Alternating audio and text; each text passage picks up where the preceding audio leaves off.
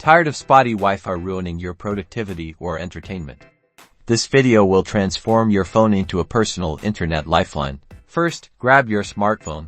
We're going to dive into the settings. The exact wording might vary slightly depending on your phone's brand and operating system, but the general steps are the same. Tap the settings icon to open your phone's configuration menu.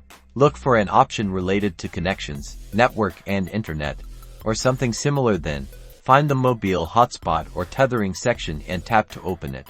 Now, toggle the mobile hotspot switch to the on position before you connect your computer.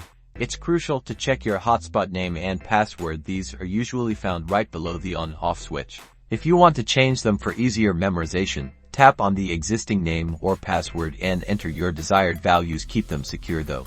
Alright, phone setup is complete. Now, switch over to your PC or laptop. Click on the Wi-Fi icon typically found in the system tray, usually located at the bottom right corner of your screen. A list of available Wi-Fi networks will pop up. Find the name of your mobile hotspot, the one you just saw on your phone, and click on it. You'll be prompted to enter the Wi-Fi password. This is the password you saw earlier on your phone's mobile hotspot settings. Carefully type in the password and click connect. If you see a checkbox to connect automatically, feel free to select it for easier reconnection later. And that's it.